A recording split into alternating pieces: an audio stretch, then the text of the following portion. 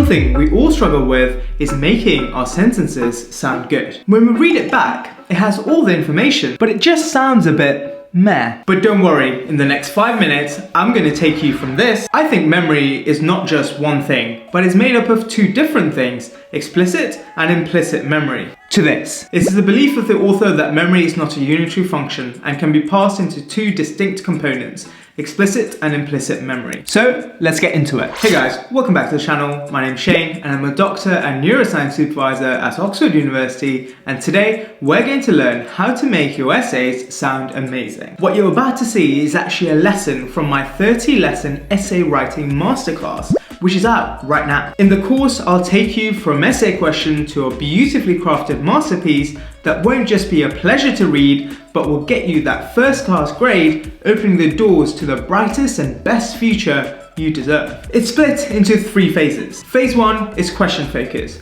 where we'll discover the minimum expectation of different types of essay questions, how to answer them, and which to pick and in what order in the exams. Phase 2 is research focus, where we'll learn how to carry out focused research and how to read research articles to deepen our understanding and write better quality essays. We'll also learn how to critically analyze evidence to add substance to our points. Phase 3 is writing focus, where we'll assimilate all our knowledge and synthesize beautiful, high-scoring essays that are structured well and sound amazing. If you're interested, click the link below and you can watch 5 lessons completely for free. Anyway, with that plug out of the way, let's get into it. It's important when you're constructing your essays to choose the right words and phrases. Good word choice will make your sentences sound professional whilst also conveying information concisely. Here's an example of good word choice that improves professionalism by avoiding pronouns. It is the belief of the author that there are 3 key stages to pain sensation: encoding, modulation, and interpretation. Instead of saying "I believe," they have instead chosen the phrase "it is the belief of the author." This avoids the use of pronouns like "I" and maintains a professional tone. Other phrases you can use to replace pronouns are as follows. This essay will discuss. This essay will argue that. This essay will focus on. The author suggests. The author believes. The author is a proponent of. The next example relating to word choice highlights the importance of selecting complex over simple words, where appropriate. Here's an example. However, memory is not a unitary function and can be parsed into 2 distinct components, explicit and implicit memory. The word parsed has been used here instead of the word split. The use of more complex and less common words keep your sentences unique, fresh, and communicates a flair for writing. Here's another example.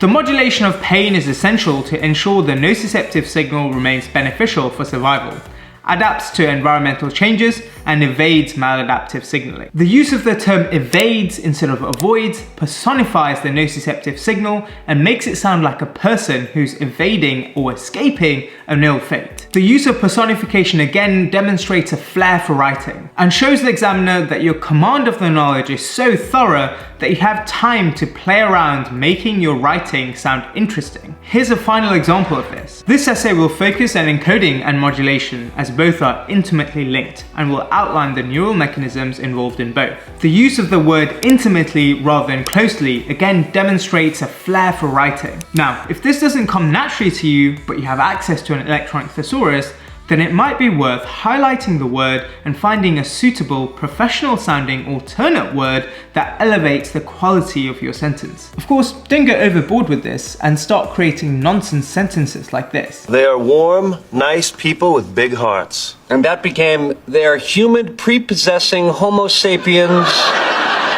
with full-sized aortic pumps. A final component of good word choice is the use of adjectives to enhance the power of the point you're making. Here's an example. Sleep is an essential active process that enables several neural and bodily functions to rest and recharge, without which there will be a decline in cognitive function and eventual death. Now, the word essential here is a great adjective that emphasizes the importance of sleep and enhances the point that's being made. Here's another example. It's the belief of the author that there are 3 key stages to pain sensation: encoding, modulation, and interpretation. The addition of the adjective key again helps to emphasize the importance of these 3 stages. Here's a final example of this.